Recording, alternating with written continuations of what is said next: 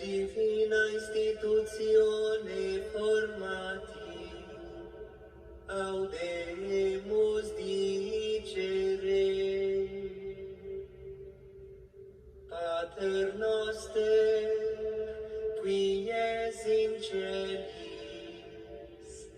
sanctificetur nomen tuum, adveniat regnum tuum. E aí, galera, tudo bem?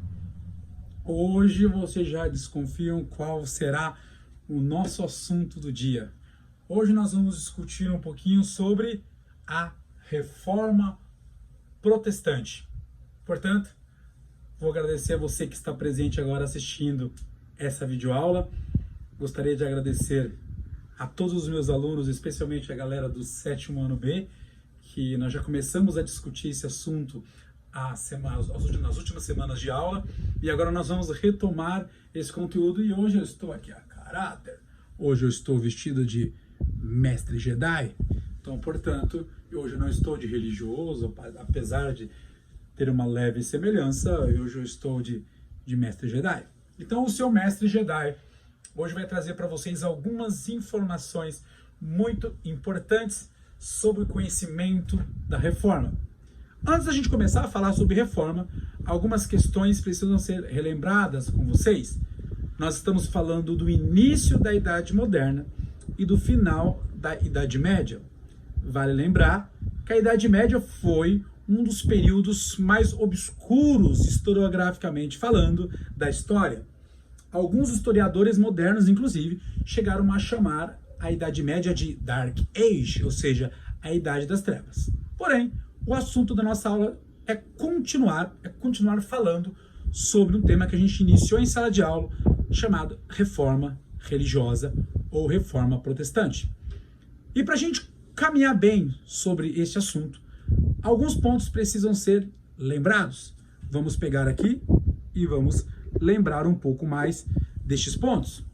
Primeiro ponto que a gente precisa lembrar: o conceito de reforma protestante está ligado a um período específico e o início especificamente em um continente, no caso, o continente europeu. Quando?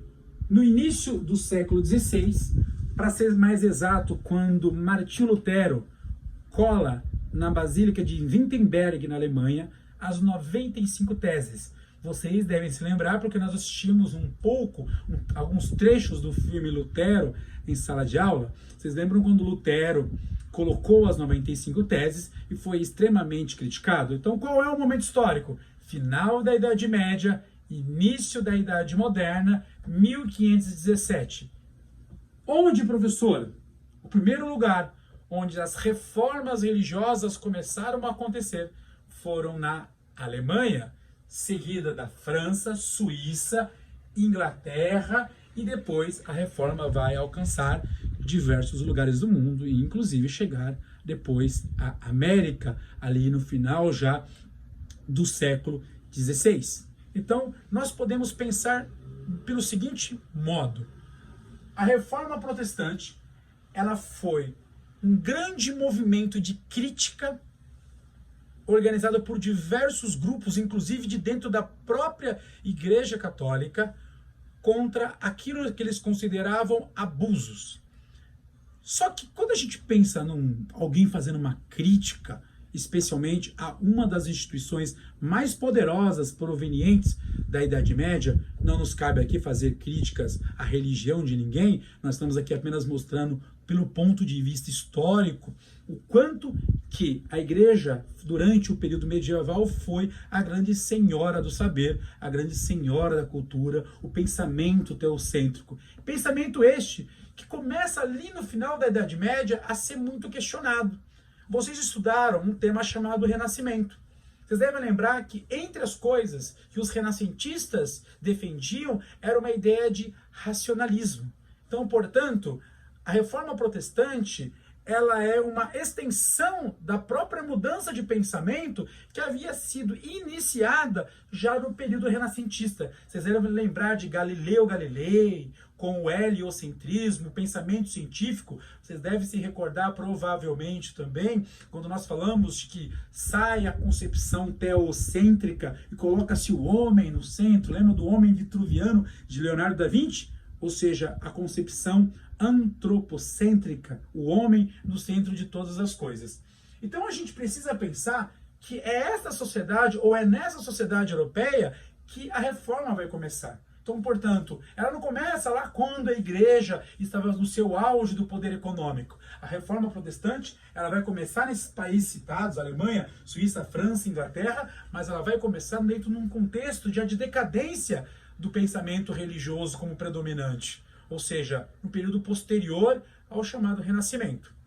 Professor, e o que estes renascentistas, ou depois os chamados reformistas, vão criticar tanto? Ponto inicial, a corrupção do clero. Eu separei para vocês 6 pontos muito importantes para ser as causas da reforma. Primeiro, corrupção do clero. Quando eu falo corrupção, lógico, deve vir à sua cabeça a corrupção política, desvio de verba, dinheiro. Aqui essa corrupção, ela não é apenas material, ela é também uma corrupção de cargos eclesiásticos. Vale a pena lembrar lá do feudalismo. Como a igreja era a instituição mais poderosa, os cargos eclesiásticos, ou seja, os cargos dentro da igreja, também eram os cargos mais cobiçados. Por serem os cargos mais cobiçados, fazer parte do clero era um grande privilégio. Logo, muitas pessoas que ingressavam na vida religiosa acabavam não tendo tanto aquilo que os cristãos, especialmente os católicos, defendem, que é a vocação. Muitos não tinham a vocação sacerdotal. Portanto, era um clero extremamente corrupto, desviado dos seus valores morais. E entre as coisas que, especialmente Lutero, vai criticar muito para aquele momento, são as indulgências. Teologicamente falando, as indulgências são as reparações materiais em relação aos pecados cometidos. O pecado, para a igreja, neste momento, era considerado um mal espiritual, ou seja, um desvio doutrinário. Entretanto, o pecado trazia algumas consequências no mundo físico, no mundo material. E para você pagar as consequências do mundo material, você tinha que fazer uma série de exercícios espirituais. Dar esmola aos pobres, fazer peregrinação, assistir os cultos, ou como os católicos chamam, a missa. Você tinha uma série de coisas a ser feitas. Entretanto, como nós vivíamos num momento de grande corrupção do clero, basicamente, muitos, especialmente nos chamados grandes núcleos, inclusive em Roma, haviam grandes comerciantes que acabavam vendendo boa parte daquilo que seria um caminho de peregrinação. Vendendo, inclusive, atalhos. Nós até comentamos em sala de aula sobre um grande vendedor de indulgências chamado João Tetzel, ou seja, um vendedor de perdão dos pecados. Sim, na prática, boa parte das pessoas que viviam no início da Idade Moderna entendiam a indulgência como a simples compra do perdão.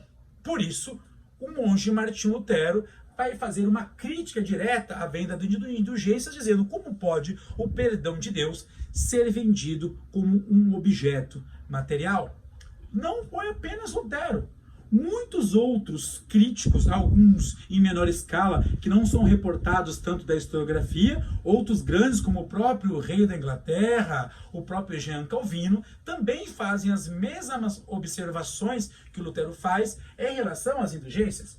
Mas não se resumia apenas às indulgências. Também nós tínhamos as relíquias sagradas que eram vendidas, que eram adoradas, cidades inteiras, principalmente cidades que tinham interesses turísticos, faziam, olha, aqui na nossa cidade, em Wittenberg, nós temos os ossos dos apóstolos de Cristo. Então, portanto, faziam-se filas, pessoas acreditavam que o fato de tocar naqueles ossos dos apóstolos gerava 3, 10, 100 anos a menos dentro daquilo que os cristãos chamavam de purgatório. Então, portanto, isso atraía turistas e isso fazia com que os comerciantes locais lucrassem, isso fazia com que os reis também ganhassem dinheiro e a própria igreja. Ou seja, era um negócio. Então, quando Lutero denuncia as indulgências, colocando 95 teses na Basílica de Wittenberg, ele não denuncia apenas a igreja, ele denuncia todo um patamar cultural existente naquele momento de exploração da fé dos fiéis. Um outro ponto bacana de se ver naquele momento é a venda dos chamados cargos do clero. O que é um cargo do clero? Você sabe que fazer parte do clero, como eu disse há pouco, era, de certa forma, um prestígio social. E muitos não conseguiam, não tinham a vocação, o tempo de estudo, parar para estudar, para ler as escrituras. Portanto, muitos cargos foram comprados. Nós tínhamos casos, por exemplo, registrados, né, especialmente um historiador chamado Jacques Le Goff, um grande escritor de Idade Média. Ele fala que alguns cardeais, que são cargos altíssimos dentro do alto clero, tinham 13 anos apenas. Ou seja, eram de grandes famílias, como uma família italiana famosa, que é chamada família Médici, que conseguiu eleger muitos cardeais e inclusive muitos pontífices, ou seja, muitos papas. Outro ponto legal de se pensar é que entre as causas há um fortalecimento de uma burguesia. Leandro, o que é mesmo uma burguesia? Burguesia é uma classe social, neste momento histórico, não é o mesmo conceito que lá no século XIX vai ser dado à burguesia. Nesse momento, burguesia é uma classe social em ascensão.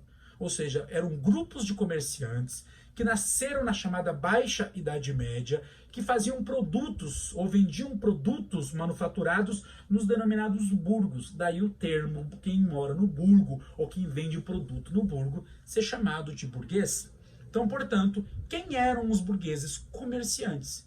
Que com o final da Idade Média e o início da Idade Moderna, começaram a enriquecer muito com as suas vendas. Entretanto, eles eram muito criticados pela igreja. Eles eram criticados especialmente por uma coisa que a igreja chamava de usura. A usura seria o chamado juros, ou seja, ganhar dinheiro sem necessariamente, a igreja falava que isso era injusto, né? Sem necessariamente você ter suado, transpirado por isso. A igreja acreditava numa perspectiva chamada justo preço, ou seja, você cobra aquilo que você gastou, mais apenas um pouco da sua mão de obra para você sobreviver. Os burgueses pensavam numa outra ideia. Então eu tenho corrupção do clero, eu tenho venda de indulgências, eu tenho venda de cargos, de relíquias, de ossos e santos, eu tenho uma burguesia que está insatisfeitíssima com a igreja, e eu tenho também as ideias do renascimento, ou seja, as ideias do antropocentrismo, aqueles valores da igreja que já tinham sido questionados. Lembra que os renascentistas acreditavam nas ideias do mundo greco-romano, no antropocentrismo, o homem da razão era o centro de todas as coisas. Então nós temos um conjunto de fatos, nós colocamos aqui 6 principais causas para identificar quais foram os motivos que geraram a reforma religiosa. Tá, Leandro, então eu já sei que a reforma religiosa foi um movimento que aconteceu no início do século XVI, na Europa, e que nasceu da insatisfação, especialmente de uma burguesia e de alguns setores, inclusive de dentro da própria igreja, que criticavam os chamados exageros do clero. Tudo bem? Vamos para um segundo ponto. Dentro desses críticos da igreja, dentro dessas pessoas que faziam críticas ao pensamento religioso, aqui tem uma charge bem legal aqui, uma charge ali, é uma charge alemã ou holandesa aqui, que ela representa uma carroça feita por um corpo, com o corpo do Papa, de bispos, cardeais, monges, levando almas para o inferno. Lógico que aqui é uma crítica, uma charge fazendo uma crítica ao exagero do pensamento religioso, ou seja, olha, vocês que acreditam no papel nessas chamadas lideranças religiosas, vocês estão sendo conduzidos ao inferno. O inferno, dentro da concepção judaico-cristã, é um lugar onde as almas ficam queimando para sempre. Então, portanto, imagine falar isso no início da Idade Moderna, final da Idade Média. Isso gerava um grande rebuliço. Então, portanto, os críticos da igreja, o texto de vocês separa em basicamente 3. Lá no ensino médio, nós vamos estudar outros grandes reformadores. Entretanto, como vocês ainda estão lá no 7º ano, nesse caminho gostoso ainda do ensino fundamental 2, Tem 3 reformadores que vocês precisam conhecer um pouco das suas histórias. Por que, Leandro, a gente precisa conhecer um pouco desses caras? Porque estes reformadores, eles serão os alicerces, as bases que formarão todo o pensamento religioso do século XVII, XVIII, XIX e, inclusive, entre eles, nós vamos ter aqueles que vão conseguir associar a religião à concepção do lucro, à concepção de riqueza, ou seja, algo também muito presente nas teologias atuais. Então, quais serão esses 3 grandes reformadores? O primeiro deles, Martinho Lutero, um monge agostiniano, um monge da Ordem de Santo Agostinho, um monge alemão. Segundo, Jean, alguns lugares vão traduzir como João, mas Jean Calvino, nascido na França, porém viveu praticamente toda a sua parte ministerial dentro da Suíça, um país pequeno na parte central da Europa. E o último, nada mais, nada menos do que o grande Henrique VIII. Ah, mas porque ele era grande, professor? Porque ele era gigante, gordão, magrão? Não é por causa de aptidões físicas. Ele era grande porque ele era simplesmente o rei da Inglaterra e considerado por todos os historiadores britânicos como uma das principais figuras do absolutismo, uma das principais figuras das monarquias ou da monarquia na Inglaterra. Então, Henrique VIII não é apenas mais um rei. Portanto, eu tenho o Martinho Lutero, eu tenho o Jean Calvino e eu tenho o Henrique VIII. Para facilitar os seus estudos, a apostila de vocês separou 3 textos sobre eles. Pequenos, razoáveis aqui que você vai conseguir ler em alguns minutos, mas é muito importante que você aprenda a distinguir. Primeiro os nomes, não é? Eu tenho Lutero, eu tenho Calvino e eu tenho Henrique VIII. Depois, distinguir também uma localização geográfica. Cada um desses reformadores que eu acabei de citar, desses principais reformadores, eles estão em lugares diferentes. Apesar de todos estarem na Europa, um está na Alemanha, outro está na Suíça e outro está na Inglaterra. Então, mas eles estão próximos, Leandro. Sim, mas eles representam e, aliás, fazem reformas de forma muito diferentes. Lê, o que a gente pode então pensar antes da gente passar para o nosso próximo slide? A reforma religiosa ou a reforma protestante foi um grande movimento ocorrido no início do século XVI de crítica aos valores religiosos. Vale a pena lembrar que não tem nada a ver aqui com ateísmo, movimento agnóstico do século XIX, não. São pessoas que estavam insatisfeitas, classes sociais como os burgueses, que estavam insatisfeitos com os chamados exageros do clero. Entre eles, os principais reformadores, nós falamos Martinho Lutero, o Jean Calvino e o Henrique VIII. O que nós vamos fazer agora é conhecer um pouquinho da história desses grandes reformadores. Este que apareceu aqui para vocês, esse homem com essa boina estilosa, ele é o senhor Martinho Lutero. Martin Luther, ou Luther apenas. Esse rapaz, esse jovem intelectual, ele nasceu numa região chamada Königsberg, na Alemanha. Depois, ele se tornou padre, portanto, um monge de uma ordem, de um grande teólogo medieval chamado Agostinho. Ele era da ordem dos padres agostinianos. E como estudioso de religião, ele se interessa muito por algo chamado Sagrada Escritura. Vocês já ouviram falar provavelmente do nome Bíblia. Então, portanto, ele é um cara interessado em Bíblia. Mas, Leandro, por que ele se interessa em Bíblia? Porque as Bíblias, até esse presente momento, elas eram todas ainda em latim. As traduções eram raríssimas e proibidas. E o Lutero era um cara que defendia que o povo, que as pessoas comuns, como eu e você, deveríamos ter acesso a essa leitura justamente para evitar a tal da alienação. Portanto, se eu fosse em algum lugar, eu escutasse um sermão e falaria, olha, não está escrito necessariamente isso. Mas, como boa parte das pessoas não tinham acesso à chamada escritura, eles aceitavam aquilo que os padres, os cardeais ou os membros do clero falavam. Então o Lutero ele fazia parte desse clero, inclusive. E ele foi um estudioso, ele doutorou-se, ele recebeu o doutorado dele em teologia, inclusive foi pago por um dos príncipes alemães. Mas, professor, o que é um príncipe alemão? A Alemanha, nesse momento, era uma monarquia, o chamado Sacro Império Germânico, governado pelo imperador Carlos V.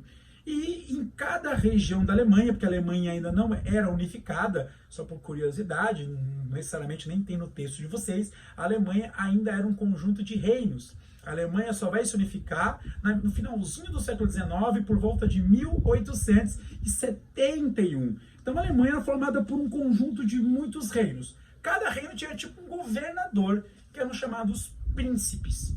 E um desses príncipes da região de Wittenberg, ele vai bancar os estudos do Martinho Lutero em teologia.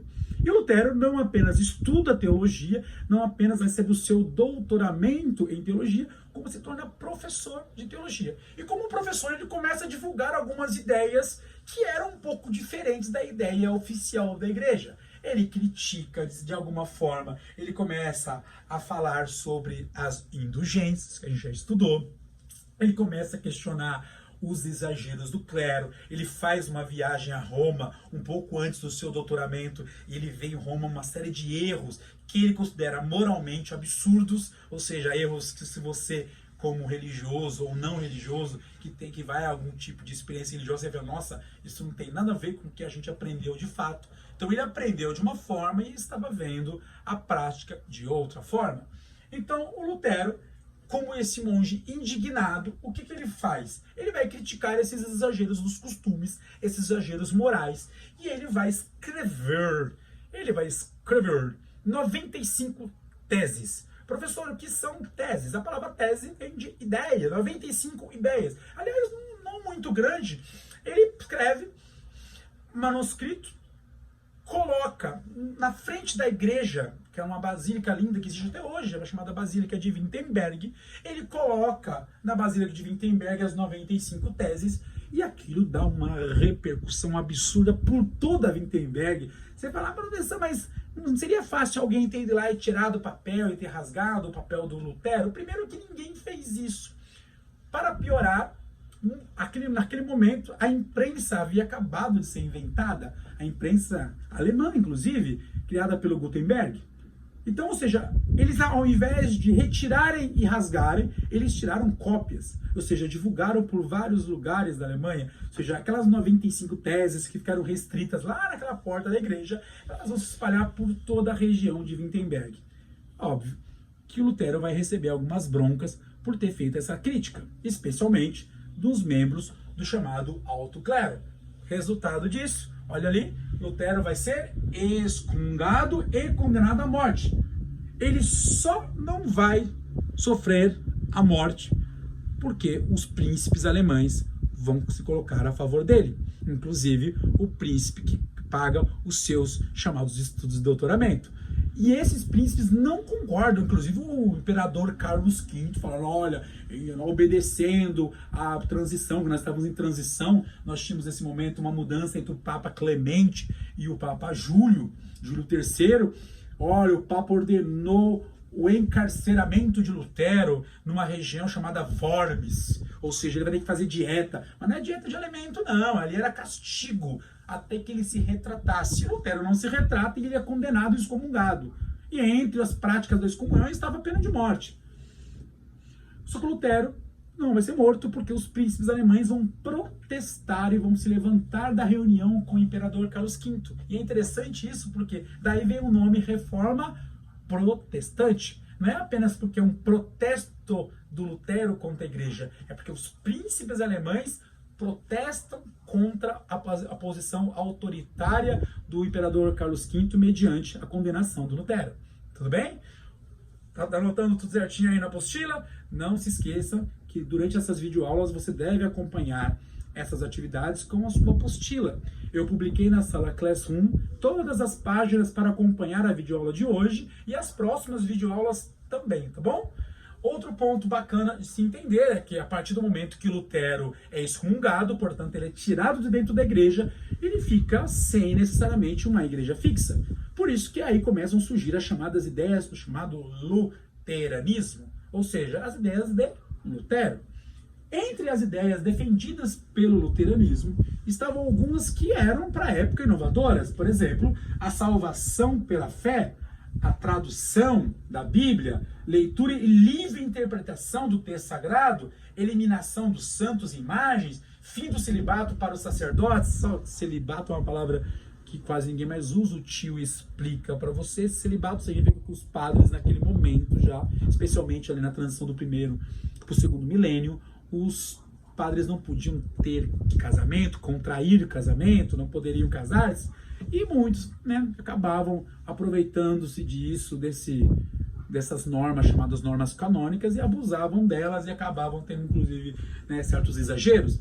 O Lutero falou, não, os padres deveriam casar normalmente, eles não deveriam seguir nenhum tipo de celibato. Também ele critica, de certa maneira, a interpretação que naquele momento, a única pessoa que poderia ter uma interpretação da Sagrada Escritura, até porque só eles tinham a visualização, era o chamado magistério da igreja, ou seja, somente o clero. Ah, mas e se eu quisesse ter uma interpretação diferente? Olha pro tio, não podia. Então ele faz uma crítica à salvação, à forma como se dava. Ele falava, a salvação só acontece pela fé. Por quê? Se acreditava muito na ideia de que se você fizer algo aqui, você vai poder ser salvo, algo na terra, chamados bens materiais, uma ajuda material. O Lutero fala, não, a única coisa que pode levar o crente, pode levar a pessoa que crê a ser salva, é a própria fé, né? No caso aqui, somente a fé salva na concepção luterana. Não segmento da autoridade do Papa, isso seria meio óbvio, né? Estou criticando a igreja, estou falando mal do padre, estou falando mal do celibato, estou falando mal das indulgências, também, obviamente, vou desobedecer à vontade do Papa. E, portanto, tirando a ideia do Papa, também não quero aqueles sacramentos. Sacramentos são eventos que acontecem, eu não vou citar aqui o nome específico teológico, mas dentro da igreja, no qual você recebe algumas, por exemplo, o sacramento do crisma, sacramento do batismo, que é a introdução do cristão à fé dentro da igreja. Então tem uma série de, vamos dizer assim, de caminhos que você faz dentro da igreja que você chama isso de sacramento. E, lógico, critica também a própria submissão da igreja ao Estado. E isso aqui, você vê que não é mais apenas o Lutero. São as ideias dos príncipes alemães, que eles aproveitam o rebuliço, porque deu um verdadeiro rebuliço em Wittenberg. A Alemanha depois começou a passar por um grande rebuliço, muitas revoltas, gente saindo nas ruas, criticando a igreja, criticando a Inquisição. Aqueles que necessariamente não estavam ligados tanto à ideia do Lutero, falaram, vamos aproveitar.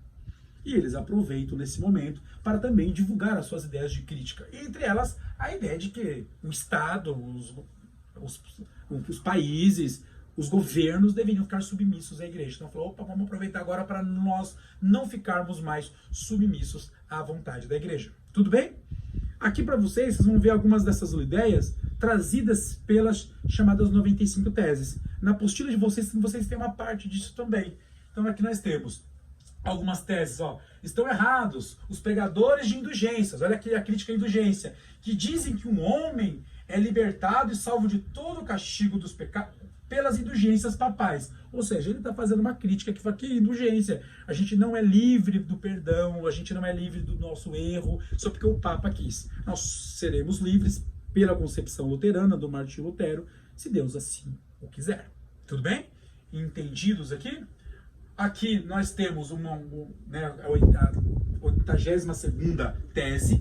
Porque o Papa não esvazia o purgatório apenas por caridade, se faz através do dinheiro que emprega na construção de uma basílica. Aqui ele está fazendo uma crítica material muito importante, porque Lutero acreditava que o dinheiro que era arrecadado com a venda das indulgências era levado para Roma. Para aquele momento, inclusive historicamente isso é fato, estava sendo construída a chamada Basílica de São Pedro e São Paulo, hoje um dos lugares mais visitados do mundo, fica em Roma, dentro do Estado do Vaticano, onde o Papa, o pontífice líder da Igreja Católica, faz as suas celebrações e as bênçãos, chamadas bênçãos apostólicas. Então, essa igreja, na concepção luterana, ela estava sendo construída com o custoso dinheiro das indulgências. Outro ponto que a gente precisa lembrar é que a reforma, como eu disse, ela se espalhou. Então, ou seja, baseando-se nas ideias de Lutero, nós temos na França, aliás, ele na verdade, ele é francês, ele começa a divulgar suas ideias na França, mas ele vai viver praticamente na divisa, ali na cidade de Ghent, na divisa entre a França e a Suíça, e esse homem chama-se João Calvino. A gente parece um pouquinho, né, a barba parecido um pouquinho. Não, não parece não, né? O João Calvino, ele foi também um dos grandes reformadores. Assim como Lutero, suas ideias foram conhecidas como luteranismo, as ideias do Calvino serão conhecidas genericamente como o calvinismo. Então, o luteranismo na Alemanha, o calvinismo na Suíça e também parte ali da região dos Flandres, chegando os Flandres ali na França. Quem foi o João Calvino? O maior expoente da reforma na Suíça e depois na França foi João Calvino. Foi influenciado, olha aqui, diretamente pelo Lutero, só que tem uma diferença. Ele radicaliza um pouco mais o movimento. O Jean Calvino, ele é um cara que acreditava que não adiantava só fazer críticas no sentido do discurso. Era necessário fazer mudanças de fato doutrinárias, era necessário fazer, invadir se necessário, retirar aqueles que estavam cometendo, nem que fosse feito não necessariamente pela violência, mas que fosse feito de uma forma um pouco mais incisiva. Então, ele, inclusive, toda a parte do calvinismo vai partir de um pressuposto teológico, que é a tal da predestinação absoluta, ou seja, trabalho, pureza, cumprimento de deveres e progresso econômico serão sinais divinos. Ou seja, aqueles que estão fazendo essas tarefas estão predestinados a um lugar maravilhoso, que é o céu. Então, portanto, para o Calvino, existe uma teoria chamada teoria da predestinação, ou seja, as pessoas que cumprem os caminhos, que seguem estes pontos, elas são predestinadas ao céu, ao chamado paraíso. Ele também, lógico, diante disso, é um cara que consegue fazer uma grande associação da religião, ou seja, até porque a teoria da predestinação dizia isso, né? Que um dos sinais da manifestação divina era a prosperidade. Então, portanto, se é a prosperidade, os burgueses vão se aproximar muito do João Calvino. Ah, Leandro, tá fazendo crítica ao João Calvino? Não, de forma alguma. O João Calvino, ele tinha uma ideologia religiosa, mas os burgueses se aproveitam da ideologia religiosa do João Calvino e fazem o quê? Viram calvinistas, pensando, logicamente, em criticar, especialmente na Suíça e na França, o poder da igreja. Lembra que a igreja era contra o lucro. Os burgueses se aproximam do calvinismo, porque o calvinismo era a favor do lucro. Há uma grande associação entre os valores religiosos e econômicos, e em alguns lugares, como eles vão se divulgando de uma forma muito rápida. Na própria França, os chamados calvinistas vão ser chamados de huguenotes. Na Inglaterra, alguns vão migrar, atravessar o Canal da Mancha e vão ir para a Inglaterra, vão ser chamados de puritanos. E lá no extremo, ali nós vamos ter na Escócia o chamado presbiterianismo, ou os presbiterianos. Então, se você ouvir nomes como presbiterianos, huguenotes, puritanos, eles são os mesmos calvinistas, porém com localizações geográficas, ou seja, o próprio espalhar da chamada fé calvinista, baseando-se, lembrando sempre, na predestinação. Até agora, nós aprendemos, então, que a Reforma foi um grande movimento de crítica à Igreja Católica. Aprendemos que Martinho Lutero começou a Reforma na Alemanha e depois essa Reforma se estendeu à França e à Suíça com o Jean Calvino. Todas as críticas deles eram críticas muito conectadas à religião. O nosso próximo reformador, a sua crítica não necessariamente será religiosa, mas passará pela religião, porque o nosso próximo reformador, ele era simplesmente o rei da Inglaterra. Aqui está um pouco parecido comigo também, a bochecha talvez um pouco parecida. Este homem é o rei Henrique VIII. Henrique VIII, como eu disse no começo da aula, foi um dos maiores reis da Inglaterra. Ele, o rei de uma vasta família. E um dos pontos essenciais do porquê o Henrique VIII entra na Reforma não é necessariamente por causa das indulgências. Sim, ele questionava muito o fato do Estado britânico, ou seja, o trono inglês, ter que ser submisso ao trono papal, portanto, a Inglaterra ser submissa à Igreja. Então ele questionava, sim, como muitos na época questionavam. Só que o que incomodou muito é porque ele era casado com uma mulher chamada Catarina de Aragão, e ele queria se separar da dona Catarina de Aragão. Ele teve até uma filha com a Catarina de Aragão, mas ele queria se separar por uma cortesã, por uma mulher que ele vivia, conheceu, foi uma de suas amantes. Essa mulher chamava-se Ana Bolena. E Ana Bolena era uma pessoa no qual ele nutria uma grande paixão.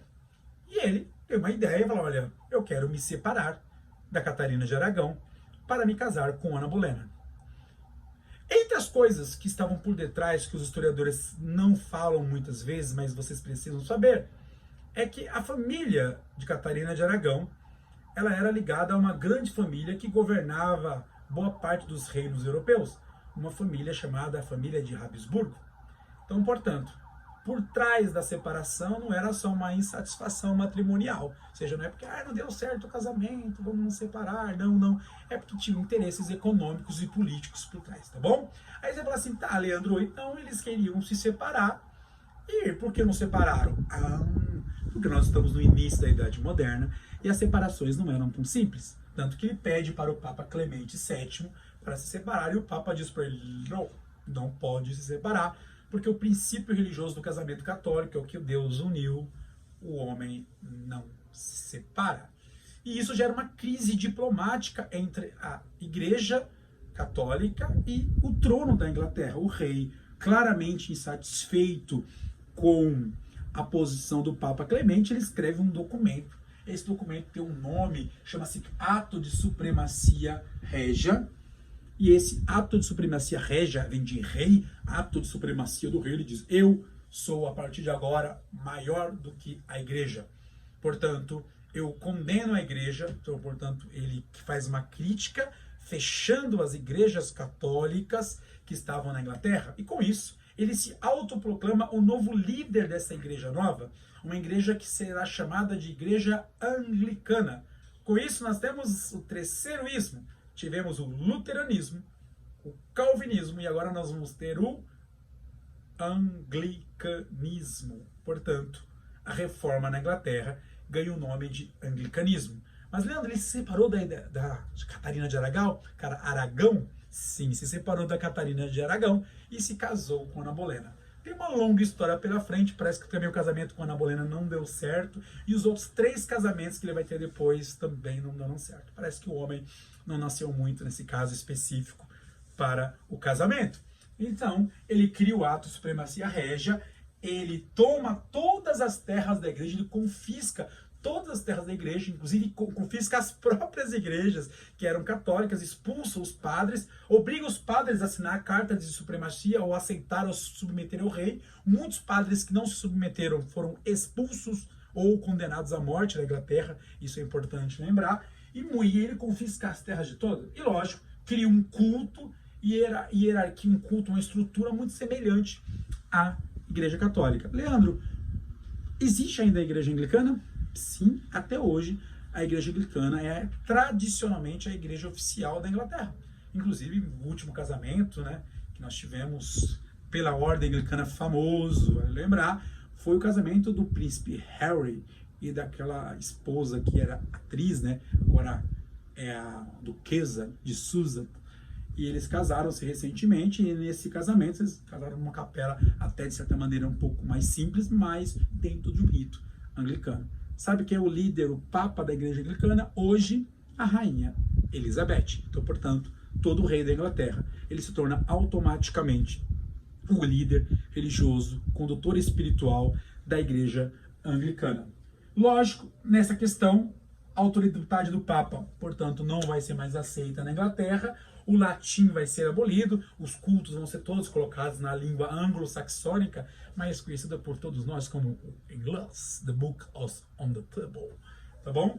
E, ao final, de certa maneira, quando ele consegue tirar a Catarina de Aragão, ele, inclusive, tem um problema depois que ele morre, o Henrique VIII, que a filha dele, a Maria Tudor, ela vai assumir, e quando ela assume, ela tenta recuperar o catolicismo, porque ela era do sangue de Habsburgo, ela era filha da Catarina de Aragão, e aí a segunda filha, quando assume, já a rainha Elizabeth I, ela tenta implantar de todas as maneiras o anglicanismo. Vocês vão ver que tem uma certa briga depois entre as filhas, a Maria e depois Maria I e a Elizabeth. Ou seja, ao final da chamada reforma anglicana, o fim também do domínio da família de Habsburgo. Na apostila de vocês tem até um exercício no finalzinho da unidade que fala um pouquinho sobre a queda do poder da família Habsburgo, que, como eu disse, governava basicamente toda a Europa.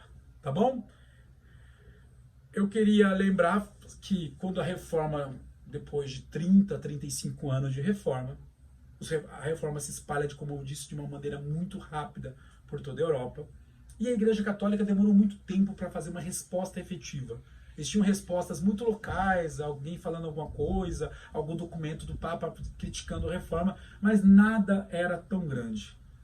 A Igreja, ela demorou para dar uma resposta. Mas quando ela deu uma resposta, essa resposta para a historiografia tem um nome, chama-se Contra-Reforma Católica. Então anota aí, a resposta da Igreja aos avanços da Reforma Protestante chama-se Contra-Reforma Católica.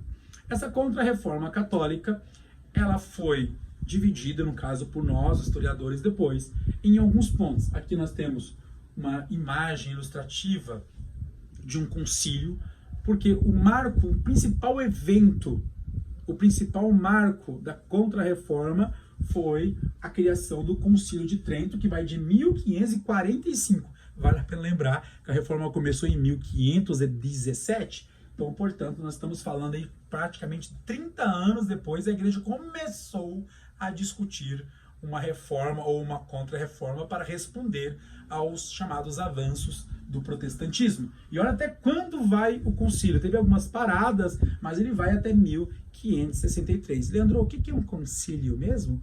Um concílio é uma reunião de todos os líderes da igreja para discutir assuntos de fé. Ou seja, eles reuniram-se em Trento, numa cidade da Itália, ali na Itália, para discutir os chamados valores. Vamos discutir o que a gente pode fazer agora para deter o avanço protestante. E entre as coisas que foram determinadas nessa perspectiva do concílio, tudo bem que isso já tinha sido, essa ordem já havia sido fundada antes, mas o concílio vai fortalecer muito a fundação de uma ordem de padres pregadores, os chamados padres da Companhia de Jesus, ou os padres jesuítas, que aliás estão muito presentes aqui no Brasil, estiveram muito presentes aqui durante o período da colonização do Brasil. Mas atualmente, inclusive, o Papa, o Jorge Bergoglio, argentino, ele é da ordem dos padres jesuítas, os mesmos que foram fundados pelo até então o Inácio, depois se tornou santo, Santo Inácio de Loyola. E qual era o objetivo de criar uma ordem jesuítica, ou a ordem dos padres pregadores? Que esses padres ajudassem a divulgar cada vez mais um cristianismo católico que estava em baixa na Europa. Tanto que boa parte desta ordem religiosa de Inácio de Loyola ficaram em dois grandes reinos cristãos, que ainda resistiam à reforma. O primeiro, Portugal. O segundo, a Espanha. Por isso que durante a chamada conquista da América, descobrimento do Brasil, colonização do Brasil, boa parte dos padres que vieram com os espanhóis e vieram com os portugueses eram jesuítas. Então qual era o papel dos jesuítas? Criar uma educação, uma catequese, uma organização dentro da igreja. Então, nós tivemos o Concílio de Trento, primeiro ponto, da reforma importantíssima, essa reunião do Concílio de Trento, imagina, até o Papa participou. Depois, a fundação de uma Companhia de Jesus, ou seja, para pregação, para melhorar a doutrina. E por último, castigo, ou seja, a criação de um tribunal chamado Tribunal do Santo Ofício, ou tribunal, como foi chamado comumente, da Santa Inquisição. Acho que quase todo mundo já ouviu falar da palavra Inquisição. A palavra Inquisição vem de inquisidor, ou seja, aquele que pergunta, ou seja, que faz perguntas e te coloca em situações de risco. Mas o que acontece se alguém me perguntar algo hoje sobre a igreja? Você vai falar, não sei, se você responder alguma coisa não vai acontecer nada. Entretanto, o Tribunal do Santo Ofício ele tinha uma função jurídica, então, portanto, eles acabavam prendendo, torturando aqueles que eram chamados infiéis, os não católicos, ou pior, torturando aqueles que eram católicos, mas que devido às ideias da reforma haviam cometido desvios. Eles chamavam esses caras que faziam os desvios de hereges, ou seja, aqueles que cometiam heresias, desvios na fé. E lógico, até pegando um pouquinho do texto aqui, ó, condenavam hereges ou infiéis com extrema violência. Atuaram principalmente na Espanha, Portugal e na Itália. Assim, eu até falo Itália um pouco menos, porque, de novo, assim como a Alemanha, a Itália ainda era um conjunto de reinos, os chamados reinos italianos, mas em Portugal e na Espanha, e especialmente na Espanha, a Inquisição vai ser bastante rigorosa. A Inquisição vai ser bastante drástica. Ah, então todos os lugares do mundo nós tivemos Inquisição? Sim, mas nem todos os lugares do mundo foram violentos. No caso, aqui na região da Espanha, principalmente, a Inquisição foi bastante violenta. Aqui nós temos algumas imagens que mostram alguns instrumentos de tortura que você pode, se um dia você for à Europa, conhecer alguns lugares onde esses instrumentos ficam em exposição. Ah, mas não foi a igreja que utilizou isso? Não, querido. Muita gente utilizou esses instrumentos de tortura como práticas de tortura do Estado, mas também foram utilizados por membros do clero para torturar aqueles que eram chamados infiéis ou os hereges.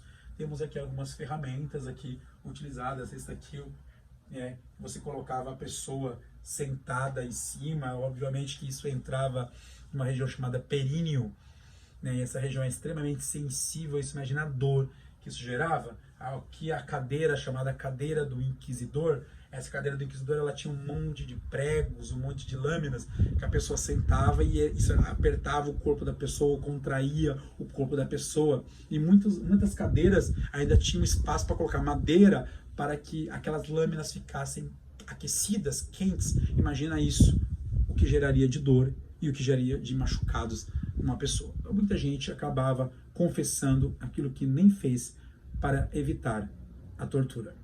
Meus queridos, meus amigos, eu queria agradecer a presença de todos vocês, dizer que semana que vem nós vamos ter uma grande aula sobre as navegações.